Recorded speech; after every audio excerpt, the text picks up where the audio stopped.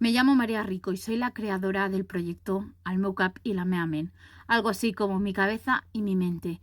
Un proyecto que es mucho más que una cuenta en redes sociales, que una página web, que una comunidad de divulgación y para hablar de salud mental, o que de una tienda online que vende llaveros con un logo. Es un símbolo de resiliencia, de historia y de lucha por las personas que sufren trastornos de salud mental. Es mi historia y la de muchos que se reflejan en él. Y muy pronto quiero contar todo sobre este proyecto, sobre mi vida y sobre muchas cosas que hasta ahora no he contado y que creo que son necesarias de saber.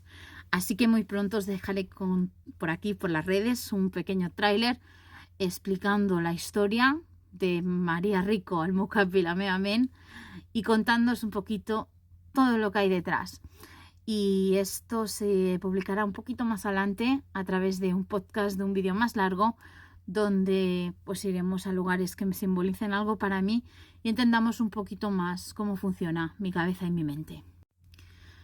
Quiero que eso es lo más importante de todo, que mi cabeza y mi mente sea también tu lugar seguro, tu lugar donde hablar de salud mental sin ser juzgado, simplemente siendo escuchado y simplemente viendo en las historias de los que nos rodean y que cuentan cómo se sienten, cómo lo viven, cómo sufren, sentir un poco de reflejo y esperanza de que no estamos solos. Así que gracias a todos los que creáis a esta comunidad y quiero recordaros que María Rico no tiene unas cuentas de mi cabeza y mi mente, ni una web con productos que hay donativos a la salud mental. María Rico es mi cabeza y mi mente. Soy este proyecto, formo parte de él.